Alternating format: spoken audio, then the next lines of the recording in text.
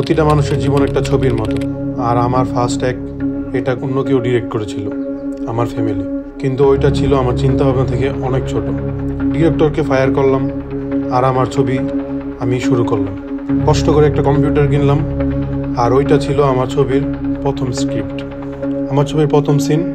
মানুষ বলে পাগল নাকি, বললাম তাও আমি করব, এটা আমার ছবি। আর এই ছবি ক্লাইম্যাক্স চলতেছে, নায়ক একা, না টাকা না আছে প্রডিউসার। এমন লাগতেছে ছবিটা ফ্লপ হয়ে যাবে। কিন্তু একটা ছবির সবচেয়ে বড় শক্তি কি জানেন? আশা। পরের সিনে কিছু একটা হবে, নায়ক লড়বে, নিজের ছবির মধ্যে নিজেকে ছোট হতে দিবে না। আমি জানি নায়ক, ভিলেন, ডিরেক্টর সব আমি। আমার ছবির এখন শুরু হচ্ছে।